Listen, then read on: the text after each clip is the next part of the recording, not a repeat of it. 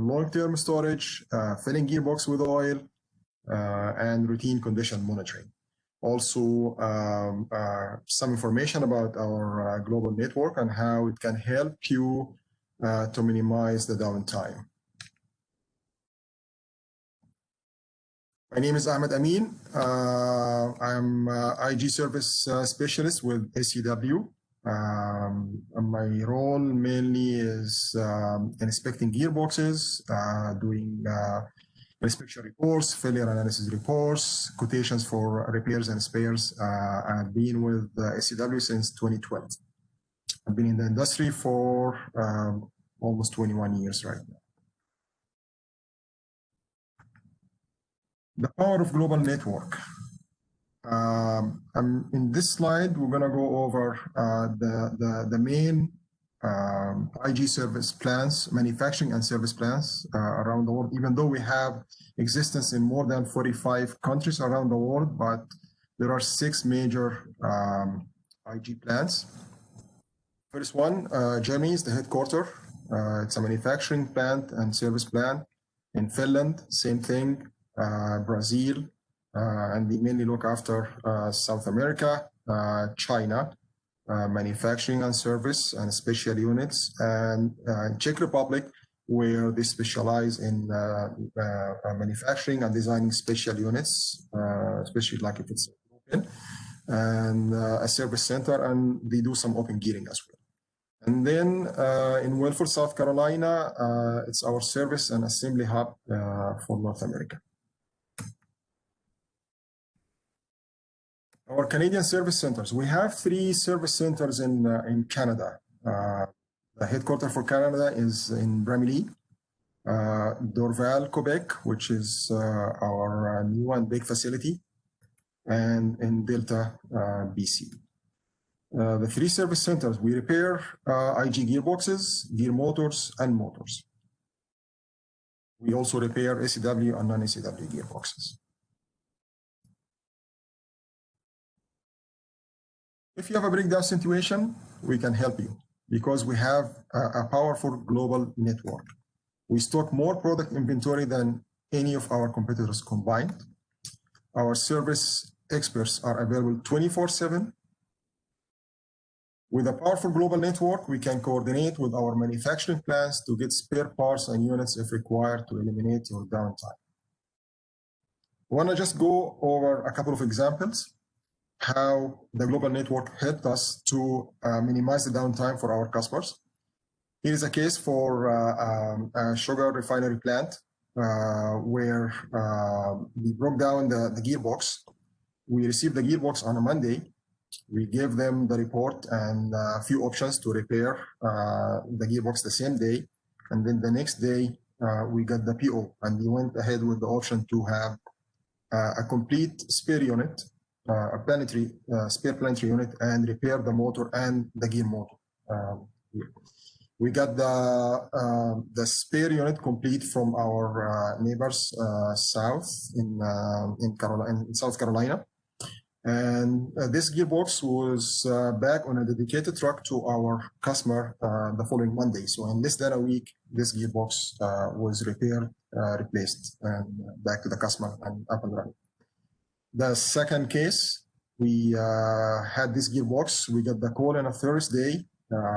We pre-ordered the parts from our manufacturing plant in South Carolina.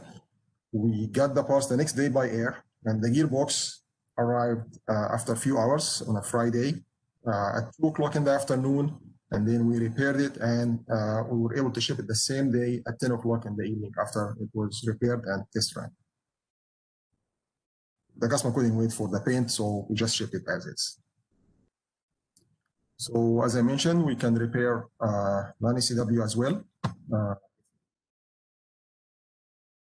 Then next, we're going to talk about long-term storage. The reason I wanted to give some information about the long-term storage and filling the gearboxes with oil and routine condition monitoring, because a good number of gearboxes we received to repair, they failed because of improper practice of these subjects. It wasn't stored properly, or they didn't fill the gearbox with oil properly, or they didn't do the regular condition monitoring. So let's start with the long-term storage. If you plan to not to use the gearbox for some time, for a few months or more, first I wanna go over an example of improper storage. This gearbox, a planetary gearbox, was not stored properly, and the result was rust everywhere, like on the ring gear, on the planetary carrier, on the housing, and the customer ended up repairing it, but they had to pay a lot of money because major components were involved. So now to the tips how to properly store a gearbox for a long term. First, remove the breather, replace with a plug. All threaded holes need to be plugged with plastic plugs. Oil seals and surface seals to be protected externally by a suitable bearing grease. All machine surfaces to be coated with protective coating.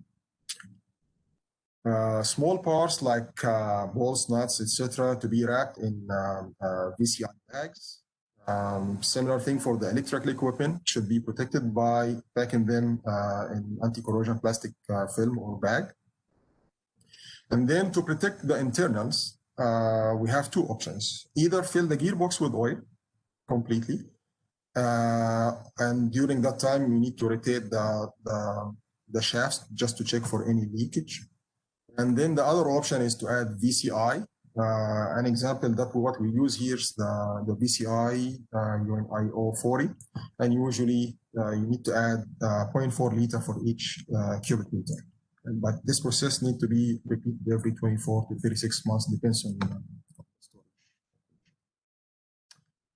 The storage house must be climate controlled, no sudden temperature fluctuation, and better to be anywhere between 5 to 60 C, and with lower relative humidity, less than 50%. Environment to be shock-free to avoid the creation of fretting corrosion on the teeth because of the vibration, also dusty. Every 6 months, check the protected machine surfaces and recoat with the protective coating if needed. The output shaft need to be rotated at least one full rotation every 3 months to avoid flat spots on bearings. And before commissioning, the oil that was used for storage must be drained away and the gear unit to be flushed completely to clean the. Then the next topic would be filling the gearbox with oil. Here is an example of improper oil filling. This gearbox has external piping, it has hoses, it has expansion tank. So the customer put the oil, checked the dipstick, everything was fine, but they didn't realize they have to wait for the oil to settle down. And because they didn't check it after the oil was settled down, the gears and the input bearings didn't see enough oil. So the result was fried gears, as you see in the pictures, the bottom pictures. The bevel set was gone. Two more examples. The top pictures, a gearbox, the customer didn't tell us at the time of the order the gearbox will be inclined at a certain degree, which means we need to raise up the oil level a little bit to make sure all the bearings and gears are lubricated. But the end result was the input bearing didn't see enough oil, and it got damaged within a few minutes. The bottom picture, another gearbox where the intermediate flange between the auxiliary drive and the main gearbox has overrunning clutch, and that part gets lubricated by the oil from the main gearbox. And to top it, the customer used much thicker oil, 460 as opposed to 220 that was written on the nameplate. So it was even slower to move and to lubricate that part. And by the time the oil settled down, the bearing next to that overrunning clutch didn't see enough oil and failed and had a catastrophic failure for the gearbox. So filling the gearbox with oil, need to fill the gearbox with oil grade and oil quantity specified on the nameplate. All our gearboxes come with a nameplate, says how much oil, and it's approximate, and the type of oil to be used, the recommended one. But also it comes with either a dipstick or a side glass. So both need to be checked and verified. Either the dipstick, side glass, and the oil quantity on the nameplate. Also fill the oil only when the gear unit is in the intended mounting position. Like on this picture you see we have 6 different mounting positions, assuming it's not tilted, excuse me. So it has to be installed first and then in the intended mounting position, and then you start to fill the oil. Also, it's better to have the oil at room temperature, ambient temperature, between 10 to 40 degrees to accelerate the filling process. And if the gearbox has external supplier pipes or hoses or something like that, you need to establish the connection first before the filling. So the oil will go to the proper parts of the gearbox. So if the oil is below 10 C, preheat the oil to maximum 40 C to accelerate the filling process. Fill the oil through the housing opening, like screw plugs on the top, or through the expansion tank, like you see in the picture on the right here. Have to wait 15 minutes and then check the oil level again, just to make sure the oil settled and the oil level is correct. And then you add more oil if required, and repeat this process until the oil level is no longer decreased, even after the 15 minutes. Close all openings of the housing and expansion tank, check the breather, and then during commissioning, it's recommended to run the oil for a few minutes to fill the piping, in case it didn't fill all the pipes during the oil filling the first time, and allow the gear unit to cool down and then check the oil level again and add more if required. Gearbox condition monitoring and maintenance. This is the routine condition monitoring should be performed by the maintenance team. Need to check the oil level on a regular basis, oil leakage, new system components, no damage to it, breather condition, it's not plugged, so you won't have like increased pressure inside the gearbox that might affect the thermal ratings and maybe can cause leakage. If there's any abnormal noise, power consumption, because if the power consumption is high, there might be some overloading, something is happening with the gearbox. Check the temperature, alignment, gear teeth condition, which usually happens when the gearbox is not operating. And you can do that through the inspection cover or with a bore scope. Check the belt tension and the condition of the belt pulleys, and also you need to grease the seals as per the operating instructions. Usually it's every 3 months. Clean the gear housing surface, cooling fan and motor, because if you have accumulated dirt on the gearbox, I've seen like sometimes like 10 inches of dust on gearboxes, which is gonna really have negative impact on the thermal rating of the gearbox, and you'll see oil seals leaking. Lots of trouble created because of that. Oil analysis on a regular basis to check for debris, water, viscosity, oxidation. Perform vibration analysis regularly. Usually the gearbox will run trouble-free as long as it's properly lubricated, contamination-free, operating temperature acceptable, and operating within its designed loading limitation. If a gearbox fails, usually these are the areas we look or would concern us. Installation, like alignment or soft foot, operations could be overloading, lubrication, Could be a wrong oil level, assembly, wrong bearing clearance, or wrong preloading. Gearbox, wrong selection, could be undersized or very high service factor. Like if you have something with like 6 service factor, yeah, it looks good, but actually it's not good because this means the bearings will not see enough load, so they will slide and then they will get damaged.